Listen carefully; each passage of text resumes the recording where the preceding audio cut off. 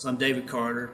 I wanted to kind of share a story with you, a recent story, and it's a trip that we made as part of a mission team to Costa Rica. And that was a really special trip for me, and particularly for my wife and my son, because we went together with the team to serve with my daughter, Jessica. On Sunday morning while we were there in Costa Rica, we had a chance to worship with the church and with these men.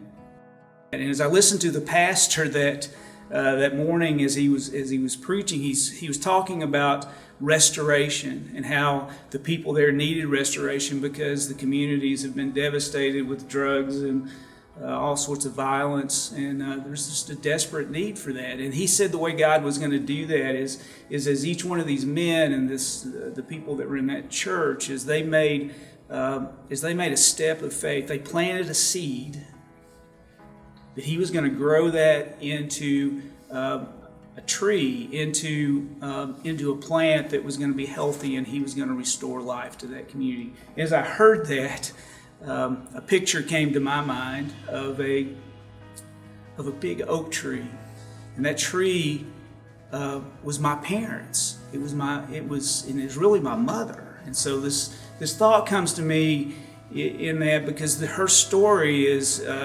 It's an amazing story. She's a very, very young girl, maybe 6 or 8, who has been an only child in a family that is a Christian family, but is a pretty dysfunctional family.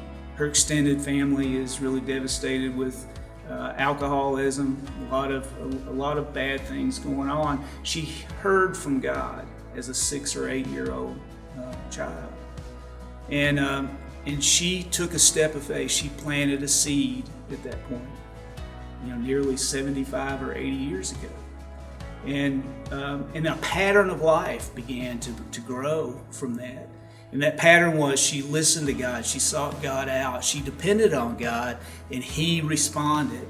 And as she grew up, she continued to seek those things out and listening to God. She met my father when they were in college, and he was not a Christian and did not come from a Christian home, but he accepted Christ. And then together they set out on a journey and asked God what it is that He wanted from them, and they heard from Him that He wanted them to raise a Christian family. And what characterized that life really was sharing life. They shared their kids, which was me, and it wasn't the most exciting thing for me. I didn't always like that, but looking back now, I can see how God used that and all the people that were touched in that. So this tree began to grow, and everyone that came under that tree or came in contact with that tree was blessed.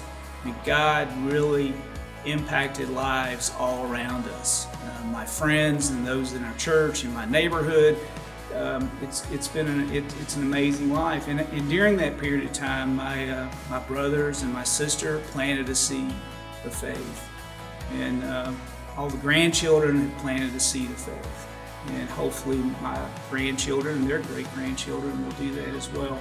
So when I come back to after that trip, I've come back to Kentucky. And the story's not over for me because God is still really speaking to me when I come back. And He's speaking to me in really 2 ways. One, individually as His son, and He's communicating to me, and He's saying, you have a story to tell and you need to share that. And one of the ways that I want you to do that is to encourage parents and families in your church and in other places, anywhere around you. That's your mission individually. And I've been sharing that more, and I've had some opportunities to do that. But then there's another message that God has really given to me, one that's maybe a little harder for me to process, and that is He's reminding me that I'm a member of the community of faith. So how does that translate for me? Well, I sit on Sunday mornings often, and I'm listening to the message, and I hear the things that that God wants to do and the opportunities that are in the community, and I see that, But then I think, well, I can't do that. I don't really have any skills to be able to do that. Do we have a responsibility? Do we have a real responsibility as the church? Is it optional for me to sit and do nothing? And so many of the excuses that I have are all about my abilities. But my abilities are really irrelevant in that. The mission is God's mission. It's His work. And so as I'm a member of that body,